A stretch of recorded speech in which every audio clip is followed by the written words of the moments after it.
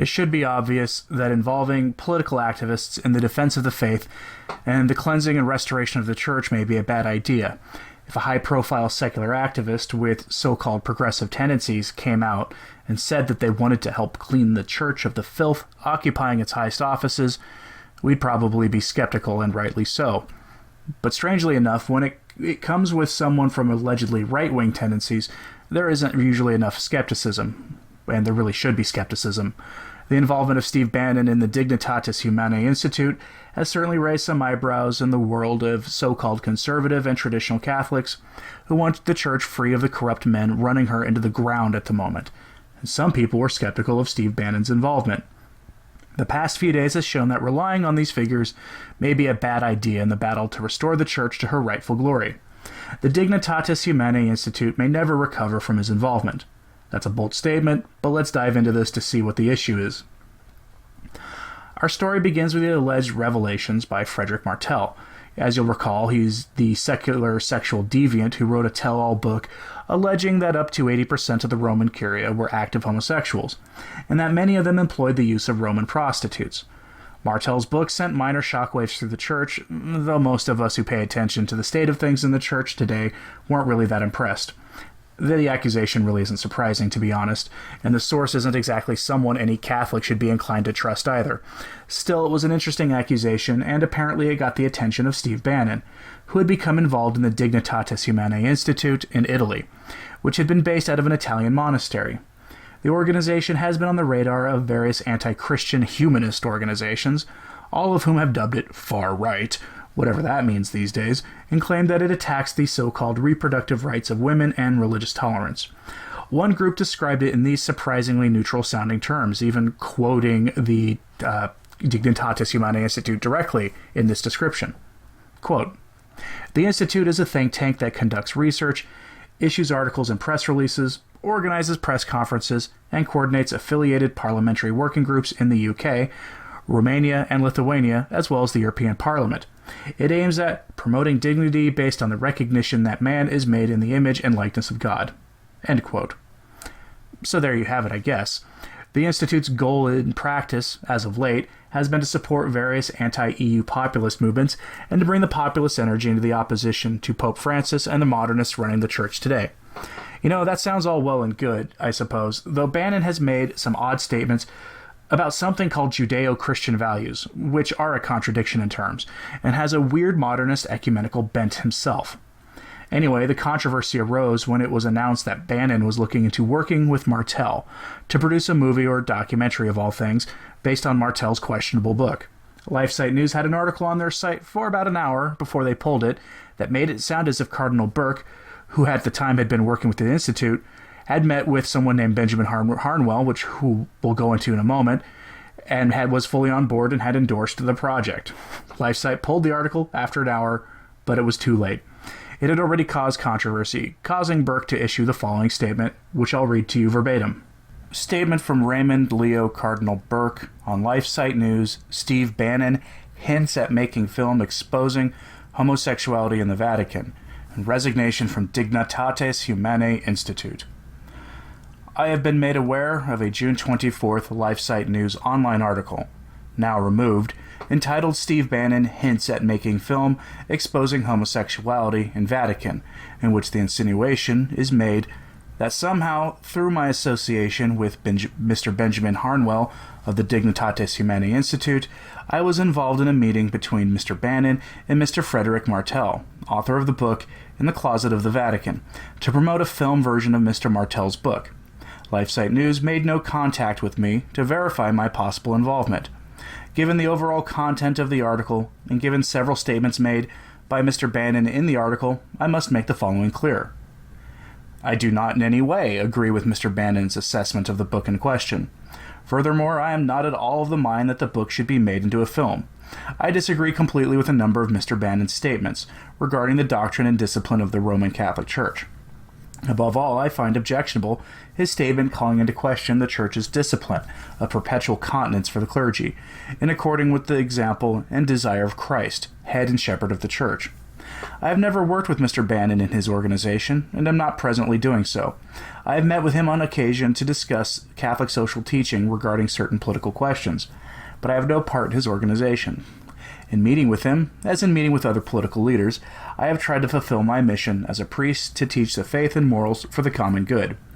I have been involved with the Dignitatis Humanae Institute for some years, because of its work to support Christians in public life who act with respect for the moral law and, therefore, promote the common good.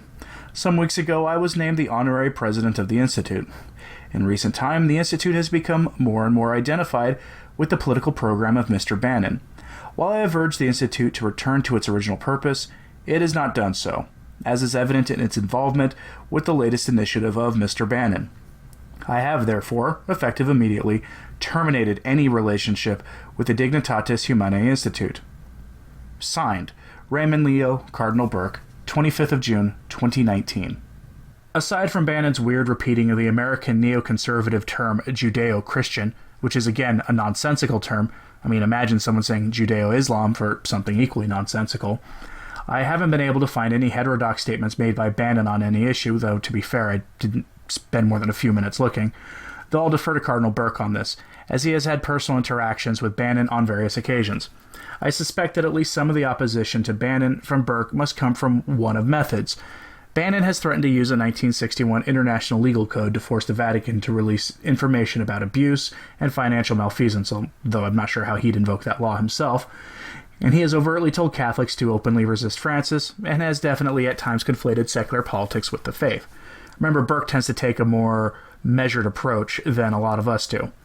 The truth is, though, that the faith doesn't fit into an ideological box and cannot be simply reduced to a left versus right kind of conflict, which at times it certainly looks like Bannon is trying to do.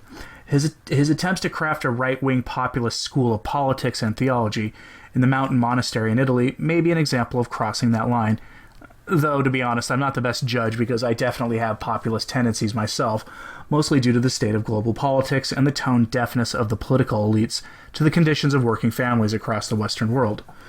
But populism can be a dangerous thing, as the people can be manipulated by talented and charismatic leaders towards nefarious ends. It is one reason that I find the blending of political activism and the faith dangerous in the modern world. And no, I'm not advocating a separation of church and state either, to be clear. The church has thoroughly condemned that notion, and we live in the world with the fruits of that separation being on full display. But there is something naturally dangerous about this kind of political organization. I also suspect that some of the charges Bannon has made in the past against Francis are probably too much for Burke. Bannon in one interview said that Francis does not care about the poor, citing his support for open borders and seemingly endless third world migration into Europe and the United States. I do think it's a stretch to say that Francis doesn't care about the poor. It might be more accurate to charge him with being hostile to Western civilization than it is to say that he doesn't care about the poor. Any way you look at it, though, Burke and Bannon are not similar figures in the slightest, despite the leftist media smearing of both men as alt-right, a term that can and has been used to mean virtually any idea and any person to the supposed political right of Hillary Clinton. It's a term that means literally nothing because it has been used to cover everything. I've never been entirely comfortable with Bannon's operation in Italy. I support any legal and non-violent effort to reduce the power and influence of the European Union over the lives of persons and families, and any attempt to restore national sovereignty against the soft-gloved Fourth Reich that the EU is quickly becoming. But wrapping the church up in this mess is something else, for I'm not really sure what the role of the church should be in this case, especially considering that the church should devote herself entirely to purging itself of the cancer of sexual deviance and positions of authority within her ranks. I mean, let's not lose sight here. We are talking about a situation where there are high-ranking figures of the church who openly lie about predators within her ranks and who have covered up for predatory priests. Let's remember that. But some of this is moot at this point. The Italian government revoked the right of Bannon's group to use the historic Italian monastery. That happened at the start of this month. The group has failed to pay proper concessions, and the government said it was determined that the Institute did not have any experience in cultural heritage custodianship. State officials voiced concerns that critical repairs had not begun to the monastery that would make the historic property available for public use. In other words, the grounds were shut down on technical terms, removing a political thorn from the side of the Italian government. Remember that the Italian government is currently a coalition government of left and right-wing populists who are united on a pro-sovereignty and anti-open borders platform. And the presence of a figure like Bannon in such a high-profile capacity was probably not helping things on the ground, even if Italian figures like Matteo Salvini may privately have supported his work. But let's not forget about the LifeSite news statement. I use LifeSite as a source pretty regularly, but I am also aware of the errors they've made in the past. That having been said, I can't think of a news source that doesn't regularly make mistakes. Still, this is a pretty big one, all things considered. I'm going to quote directly the article retracting the since-deleted piece they had done. I couldn't find an archive of the original article, which makes this all the more frustrating. Anyway, to quote the LifeSite retraction directly, quote, "The article was about a meeting with Steve Bannon that was held with French author Frédéric Martel, the homosexual activist and author of the highly controversial book In the Closet of the Vatican. LifeSite revealed that the two had met to discuss Bannon making a film based on Martel's book.